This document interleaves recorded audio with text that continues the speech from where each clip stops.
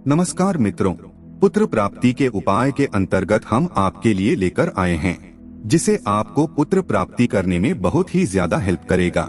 आप इन सूत्रों का प्रयोग करके देखें, अवश्य ही आपको मनचाही संतान की प्राप्ति होगा। दोस्तों, हमारा मानना है कि जो हमारे ऋषि मुनि हुआ करते थे वह एक प्रकार से प्राचीन समय में वैज्ञानिक हुआ करते थे। यह ऋषि मुनि ही नई नई रिसर्च किया करते थे और उनका संकलन भी अपनी पुस्तकों के द्वारा करते थे। ऐसे ही हम आज 5 प्राचीन विज्ञानियों के द्वारा पुत्र प्राप्ति के जो सूत्र दिए गए हैं उनके विषय में आपको बताने जा रहे हैं। दोस्तों, इसमें जो सूत्र दिए गए हैं उसमें पुत्र ही नहीं बल्कि अगर आप पुत्री संतान के रूप में चाह रहे हो तो भी आप पुत्री को प्राप्त कर सकते हैं। पुत्र प्राप्ति के लिए डेट कैसे निकाले? पुत्र प्राप्ति के 100% सही उपाय। पुत्र प्राप्ति के लिए क्या करें? क्या आप भी इस सवालों से परेशान हैं और आपको पुत्र का प्राप्ति नहीं हो रहा है, संतान का प्राप्ति नहीं हो रहा है? आपके घर में आपको केवल पुत्री का ही आगमन हो रहा है। वंश को आगे बढ़ाने के लिए घर में पुत्र की प्राप्ति चाहते हैं। आइए दोस्तों, प्राचीन पुस्तकों में जो सूत्र दिए गए हैं उनके विषय में आपको बता देते हैं। आइए जानते गरुड़ पुराण के अनुसार पुत्र प्राप्ति के उपाय। गरुड़ पुराण के अनुसार मासिक धर्म के 4 दिन महिला को अपने पति को चेहरा नहीं दिखाना चाहिए और पति को भी चेहरा नहीं देखना चाहिए। चौथे दिन के बाद स्नान करके पति पत्नी साथ रह सकते हैं, लेकिन संतान प्राप्ति के लिए बिल्कुल भी कोशिश नहीं करनी है। ब्रह्मचर्य का पालन करना है। यह ब्रह्मचर्य आपको 7 दिन तक निभाना है। गरुड़ पुराण के अनुसार 8वें दिन ईश्वर की स्तुति करके संतान प्राप्ति की कोशिश करनी है। इस दिन से प्राप्त संतान पुत्र होगी। ज्योतिष शास्त्र के अनुसार सूर्य स्थिति से पुत्र प्राप्ति। यही बात एक प्राचीन संस्कृत की पुस्तक सर्वोदय में भी वर्णित है। ज्योतिष शास्त्र के अनुसार सूर्य के उत्तरायण रहने की स्थिति में गर्भ ठहरने पर पुत्र की प्राप्ति होती है। नासिका स्वर निश्चित करके पुत्र प्राप्ति। चंद्रावती ऋषि का कथन है कि लड़का लड़की का जन्म गर्भाधान के समय स्त्री पुरुष के दायां बायां श्वासक्रिया, पिंगलातुड़ा नाड़ी, सूर्य स्वर तथा चंद्रस्वर की स्थिति पर निर्भर करता है। पुत्र प्राप्ति के निश्चित दिन सप्ताह में मंगलवार, गुरुवार तथा रविवार पुरुष दिन हैं। अगर इन दिनों गर्भ ठहरता है तो पुत्र प्राप्ति की संभावना बहुत ज्यादा होती है। बुध और शनिवार नपुंसक दिन हैं।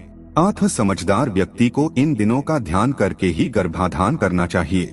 भगवान अत्रि द्वारा पुत्र प्राप्ति का उपाय। 2500 वर्ष पूर्व लिखित चरक संहिता में भगवान अत्रि कुमार के अनुसार पुरुष में वीर्य की सबलता से पुत्र पैदा होता है। कहीं न कहीं इसका अर्थ यही निकलता है कि अगर महिला पहले चरमोत्कर्ष पर पहुंचती है तो पुत्र प्राप्ति की संभावना बढ़ जाती है। सुश्रुत संहिता के अनुसार शुक्ल पक्ष में पुत्र प्राप्ति के उपाय।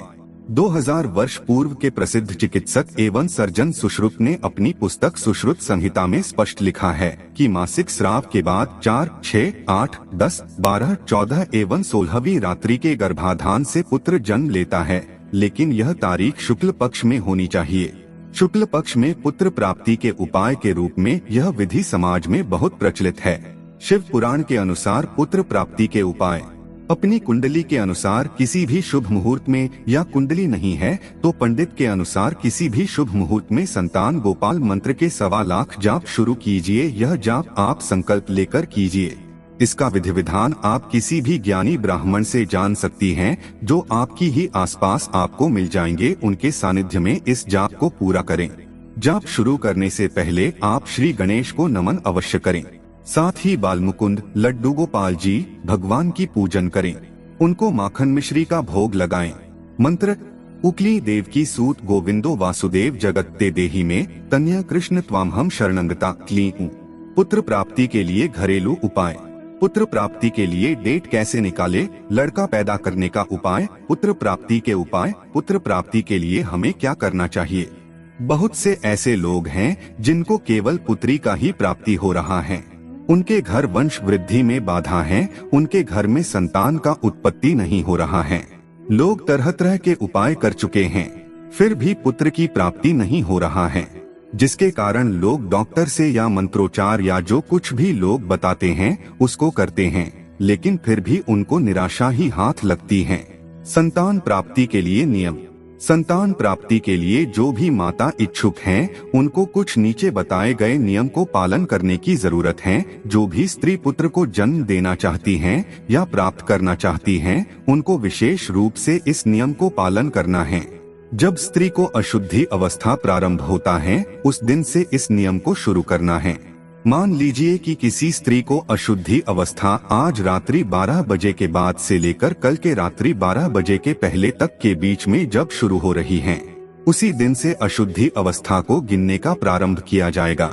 जैसे किसी स्त्री को आज अशुद्धि अवस्था शुरू हुआ है, तो उस दिन से चौथे दिन, छठवें दिन, 8वें दिन, 10वें दिन, 12वें दिन, 14वें दिन, 16वें दिन, 18 दिन को ही गृहस्थ मर्यादा को स्वीकार करना है।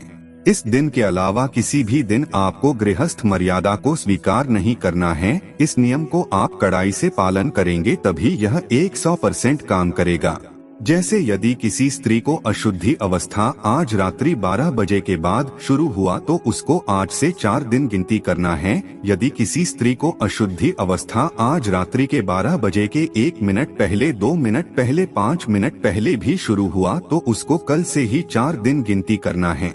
चौथे दिन स्त्री के साथ गृहस्थ मर्यादा को स्वीकार करने से या गृहस्थ मर्यादा को स्वीकार करने से जो पुत्र का प्राप्ति होगा, वह पुत्र रोगी तथा जीवन में दुख को ही प्राप्त करेगा। छठवें दिन गृहस्थ मर्यादा को स्वीकार करने से जो पूर्व जन्म लेगा, वह पुत्र रोगी होगा, कुकर्मी होगा तथा उसको जीवन भर परेशानी ही परेशानी का सामना करना पड़ेगा। आठवें दिन गृहस्थ मर्यादा को स्वीकार करने से जो पुत्र जन्म लेगा, जो संतान उत्पन्न होगा, वह संतान अच्छे स्वभाव वाला, अच्छे विचार तथा एक सजीवन उच्च विचार वाला संतान होगा। 10वें दिन गृहस्थ मर्यादा को स्वीकार करने पर जो पुत्र या संतान होगा, वह पुत्र पढ़ाई में तथा उसके जीवन में दुख का सामना नहीं करना पड़ेगा तथा उसके जीवन में धन या लक्ष्मी का कमी नहीं होगा। 12वें दिन गृहस्थ मर्यादा को स्वीकार करने से जो पुत्र या संतान जन्म लेगा, वह पुत्र राजा के समान राजस्वी, तेजस्वी, ओजस्वी, देश के शासन प्रशासन को चलाने वाला एक बहुत ही विद्वान पुत्र संतान होगा। 14वें दिन गृहस्थ मर्यादा को स्वीकार करने से जो पुत्र होगा, वह पुत्र ऋषि, महर्षि, धर्मात्मा, पुण्यात्मा, भगवान का सबसे प्रिय भक्त के समान होगा। उसको अपने जीवन में किसी भी चीज की कमी नहीं होगा तथा उस संतान का नाम पूरे दुनिया में लोग एक अच्छे आदर्श के रूप में जानेंगे। ऐसे ओजस्वी, तेजस्वी पुत्र को प्राप्त करने के लिए 12 एवं 14 दिन गृहस्थ मर्यादा को स्वीकार करना चाहिए। गृहस्थ मर्यादा को कब स्वीकार नहीं करना चाहिए? किसी भी स्त्री तथा पुरुष को कुछ दिन वैसे होते हैं जिस दिन गृहस्थ मर्यादा को स्वीकार नहीं करना चाहिए, क्योंकि उस दिन स्त्री के साथ गृहस्थ मर्यादा स्वीकार करने से जो पुत्र या पुत्री जन्म लेता है, वह बहुत ही कष्टकारी, दुखदायी से भरा हुआ, रोगी तथा चोर डकैत के विचार वाला पुत्र तथा पुत्री का जन्म होता है। अशुद्धि अवस्था जिस दिन शुरू होता है, उस दिन से लेकर चौथे दिन, 5वें दिन, 6वें दिन, 7वें दिन, 13वें दिन स्त्री के साथ गृहस्थ मर्यादा स्वीकार करने से जो पुत्र या पुत्री जन्म लेता है, वह अच्छे विचार, अच्छे व्यक्तित्व तथा निरोगी पुत्र या पुत्री नहीं होता है। इसलिए इस दिन को छोड़कर बाकी जो दिन बतलाया गया है, उस दिन स्त्री के साथ संबंध बनाने से, गृहस्थ मर्यादा को स्वीकार करने से जो पुत्र या पुत्री जन्म लेता है, वह तेजस्वी, ओजस्वी होता है। गृहस्थ मर्यादा को चौथे दिन, 6वें दिन, 8वें दिन, 10वें दिन, 12वें दिन, 14वें दिन, 16वें दिन, इस दिन के अलावा आप किसी भी दिन 12 बजे रात्रि के बाद 1 मिनट या 2 मिनट के बाद भी आप गृहस्थ मर्यादा को स्वीकार नहीं करेंगे। चौथे दिन का मतलब है कि जिस दिन अशुद्धि अवस्था से शुरू हुआ, उस दिन से चौथे दिन 12 बजे रात्रि के बाद और उस दिन रात्रि के 12 बजे के पहले के बीच में गृहस्थ मर्यादा को स्वीकार करना है। इसी तरह 6वें दिन, 8वें दिन, 10वें दिन, 12वें दिन, 14वें दिन, 16वें दिन भी गृहस्थ मर्यादा को स्वीकार करना है।